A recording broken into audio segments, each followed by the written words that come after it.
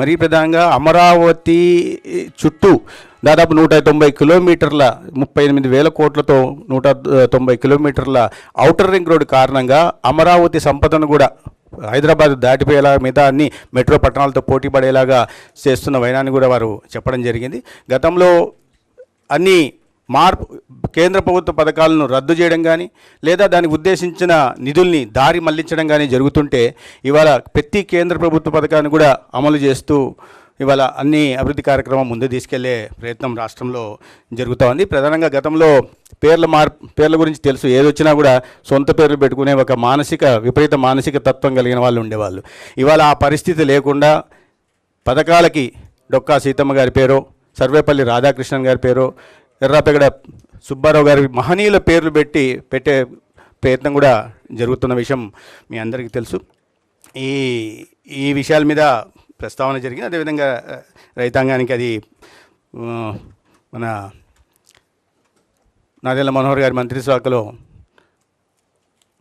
ధాన్యం కొనుగోలు విషయంలో కానీ లేదా పొగాకు రైతులకు కానీ మామిడి రైతులకు కానీ లేదా కోకో రైతులకు కానీ లేకపోతే ఉల్లి రైతులకు కానీ సమస్య వచ్చినప్పుడు ప్రభుత్వం సానుకూలంగా స్పందించి సత్వరమే మార్కెట్ ఇంటర్వెన్షన్ చేసి వారిని ఆదుకున్న విషయాన్ని కూడా రైతాంగంలో కూడా ఈ విషయం మీద చాలా సానుకూల వాతావరణం నెలకొని ఉంది. అదేవిధంగా ఈ ప్రతి ఇంట్లో ఒక పారిశ్రామికవేత్తను తయారు చేయాలనే ఉద్దేశంతో రాష్ట్ర వ్యాప్తంగా 175 నియోజకవర్గాల్లో ఎంఎస్ఎంఈ పార్కులకు చిన్న చిన్న పార్కులకు ఊతమిస్తూ ఇవాళ ఈ నిరుద్యోగ యువతని ఉపాధి ఉద్యోగ అవకాశాలు కల్పించడమే కాకుండా పెద్ద ఎత్తున డిఎస్సి కానీ లేదా పోలీస్ శాఖలో కానీ అదేవిధంగా వైద్య శాఖలో కూడా అనేక ఈ నోటిఫికేషన్లు ఇచ్చి రిక్రూట్మెంట్ చేసిన విషయం మనకు తెలుసు.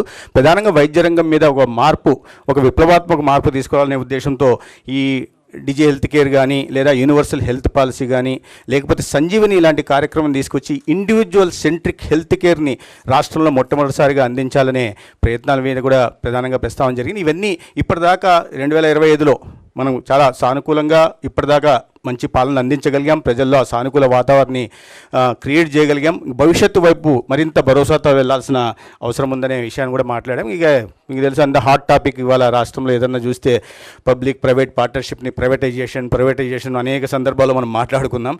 ఏ రకంగా అసత్య ప్రచారాలు చేస్తున్నారనే విషయం దాన్ని కూడా మనం సమర్థవంతంగా తిప్పికట్టగలిగాం.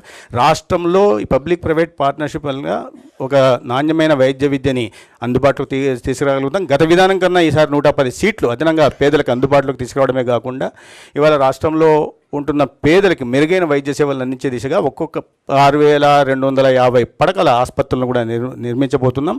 1,500 సీట్లు కూడా ఈ రాష్ట్రానికి రాబోతున్నాయి. సో ఈ విషయాల మీద మాట్లాడడం జరిగింది.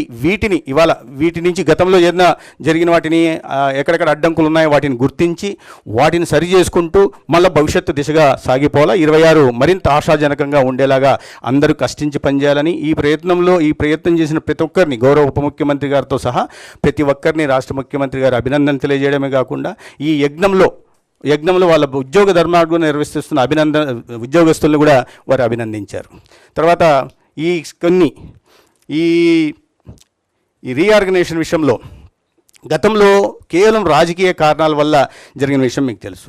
ఉదాహరణకు చెప్పాలంటే 45 కిలోమీటర్ల దూరంలో ఉంటుంది కందుకూరు ఒంగోలుకి. దాన్ని తీసుకెళ్లి 111 కిలోమీటర్ల దూరం ఉంటుంది నెల్లూరుని కలిపారు. 35 కిలోమీటర్ల దూరంలో ఉంటుంది నెల్లూరుకు గూడూరు. దాన్ని తీసుకెళ్లి 90 కిలోమీటర్ల దూరంలో ఉంటున్న తిరుపతిలోకి కలిపారు. పుంగనూరు మదనపల్లికి 20 కిలోమీటర్ల దూరంలో ఉంటుంది. దాన్ని తీసుకెళ్లి 75 కిలోమీటర్ల దూరంలో ఉంటున్న చిత్తూరులో కలిపారు. కాబట్టి ఇటువంటి వాటినన్నీ సరిచేస్తూ అదే సమయంలో ఎక్కడ కూడా రాజకీయ కోణంలో ఆలోచించకుండా కేవలం పరిపాలనా సౌలభ్యాన్ని మాత్రమే దృష్టి పెట్టుకుని అదే సమయంలో ఆ ప్రాంత ప్రజల మనోభావాలు ఆకాంక్షలకు అనుగుణంగానే జరిగిన చేయడం జరిగింది. చాలా పెద్ద ఎత్తున వినతులు వచ్చాయి మంత్రిత్వ వర్గానికి. కానీ ఈ రాబోయే రోజుల్లో డీలిమిటేషన్ జరగబోతోంది కాబట్టి అసెంబ్లీకి కానీ పార్లమెంటుకి కానీ అటువంటివి ఉన్నప్పుడు ఆ సమయంలో ఆలోచించవచ్చని ఇవాళ కేవలం మరీ పెద్ద ఎత్తున ఎన్నికల ప్రచార సమయంలో వచ్చిన ప్రజల నుంచి వచ్చినవి ఏవి ఉన్నాయో వాటి మీద మాత్రమే దృష్టి పెట్టి పనిచేయడం జరిగింది.